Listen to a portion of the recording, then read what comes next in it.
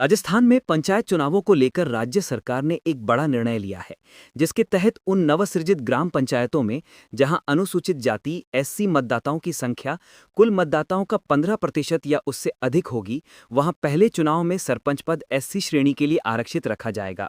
इस ऐलान ने राज्य की गांव देश सोचरैया राजनीति में उम्मीदों के नए रंग उड़ेले हैं।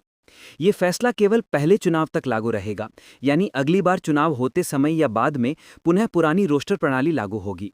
राजस्थान में ये प्रावधान राजस्थान पंचायती राज एक्ट 1994 की धारा 12(6) के तहत अधिसूचित किया गया है। इस निर्णय का मकसद जिला ग्राम स्तर पर सामाजिक न्याय का विस्तार करना है, ताकि नवगठित पंचायतों में एससी समुदाय को सुर्खियों में आने का अवसर मिले और उनका प्रतिनिधित्व पंचायत नेतृत्व में सुनिश्चित हो सके। एथिक पंचायती राज का कानूनी व संवैधानिक आधार। भारत में पंचायती राज व्यवस्था को संवैधानिक स्वरूप 1992 में हुए 73rd amendment of the constitution of India द्वारा मिला था। इस संशोधन के बाद पंचायतों को लोकतांत्रिक स्थानिक स्वशासन लोकल सेल्फ गवर्नेंस का अधिकार मिला और ग्राम ब्लॉक जिला स्तर की पंचायतें संविधान द्वारा मान्यता प्राप्त प्रशासनिक संस्थाएं बनी। राजस्थान में इस संवैधानिक व्यवस्था का अमल 1994 में हुआ, जब राज्य ने पंचायती राज के लिए अपना कानून राजस्थान पंचायती राज एक्ट 1994 अपनाया।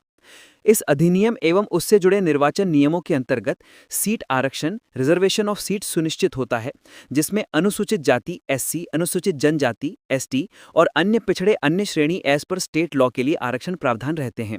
साथ ही पंचायतों में महिलाओं के लिए भी आरक्षण है। नए फैसले के तहत जो पंचायत पहली बार गठित हो रही है, यदि वहां एससी मतदाता प्रतिशत 15 या उससे अधिक है, तो पहले चुनाव में एससी वर्ग के लिए सरपंच पद आरक्षित रहेगा। इस प्रकार आरक्षण प्रावधान का दायरा और प्रभाव बढ़ाया जा रहा है। इस फैसले से क्या फायदे हो सकते हैं? एससी समुदाय को मजबूत प्रतिनिधित्व। पहली बार बनने वाली पंचायतों में एससी आरक्षण से यह सुनिश्चित होगा कि पंचायत अध्यक्ष सरपंच पद एससी समुदाय के किसी प्रतिनिधि के हाथ में जाए, जिससे उनके मुद्दों, प्राथमिकताओं और विकास की आवाज शक्तिपुंज रूप में सामने आ सके। समावेशी शुरुआत। पंचायत की शुरुआत ही निष्पक्ष, समावेशी और समान प्रतिनिधित्व के आधार पर होगी, जवानी से न्याय, समानता और सामाजिक न्याय की नींव पर। सूचना और जागरूकता। इस फैसले से ग्रामीण क्षेत्रों में आरक्षण और संवैधानिक प्रतिनिधित्व की जानकारी मिलेगी, जिससे मतदान और राजनीतिक भागीदारी में अधिक लोग शामिल होंगे, विशेषकर वो जो अब तक निष्क्रिय रहे या हाशिए पर रहे। स्थानीय विकास में भागीदारी। जब पंचायत का नेतृत्व एससी समुदाय से होगा, तो गांव के गांव उनकी आवाज प्रशासन और विकास योजनाओं में सुनी जाएगी। जल, सड़क, शिक्षा, स्वास्थ्य और सार्वजनिक सुविधाओं की मांग में उनकी भागीदारी सुनिश्चित होगी।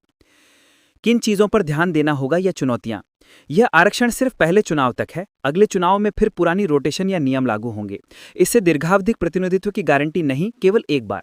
एससी मतदाता संख्या 15% या अधिक होना जरूरी है, जो हर नई पंचायत में हो, यह निश्चित नहीं। यदि प्रतिशत कम होगा तो आरक्षण का लाभ नहीं मिलेगा। आरक्षण से उम्मीदें जुड़ी हैं, लेकिन चुनाव प्रक्रिया, उम्मीदवार चयन, सामाजिक दबाव, दलित अदलित समीकरण, स्थानीय राजनीति आदि भी कारक होंगे, जो तय करेंगे कि आरक्षित सीट से एससी उम्मीदवार का चयन लोकतांत्रिक तरीके से हो रहा है या नहीं। नई पंचायतें और चुनाव की प्रक्रिया। नई पंचायतें गठित करने के बाद मतदाता सूची इलेक्टोरल रोल तैयार होगी। यह तय होगा कि एससी मतदाता प्रतिशत 15 या उससे अधिक है या नहीं। फिर निर्वाचन होगा, जिसमें एससी आरक्षित पदों के लिए पहले चुनाव में एससी उम्मीदवार ही खड़े होंगे। उसके बाद भविष्य की पंचायतों और चुनावों के लिए नियमित रोटेशन, रोस्टर या आरक्षण प्रणाली लागू होगी, जैसा कानून तय करेगा। यह प्रक्रिया राज्य सरकार व निर्वाचन आयोग के सहयोग से चलेगी और अधिसूचना जारी करके अधिनियम 1994 की धारा 12(6) अनुसार लागू होगी। सामाजिक राजनीतिक महत्व। भारत में पंचायती राज व्यवस्था ग्रामीण लोकतंत्र की जड़ है। गांव-गांव सत्ता, विकास और प्रशासन का आधार। जब गांवों में नेतृत्व समावेशी हो, जात, पंथ, वर्ग, सामाजिक स्थिति आदि से ऊपर उठकर, तो पंचायतें व विकास योजनाएं सभी के लिए न्यायसंगत बन सकती हैं। आरक्षण केवल पदों में नहीं, आवाज, भागीदारी, अधिकार और समानता में है। नई पंचायतों में एससी आरक्षण से यह प्रयास है कि दलितों एवं हाशिए पर रहे लोगों को शासन और विकास में सीधा दायित्व मिले। ऐसे फैसले सामाजिक संरचना, ग्राम समाज की सोच, दलित जागृति, विकास की दिशा और राजनीति में बड़ा बदलाव लाने की क्षमता रखते हैं।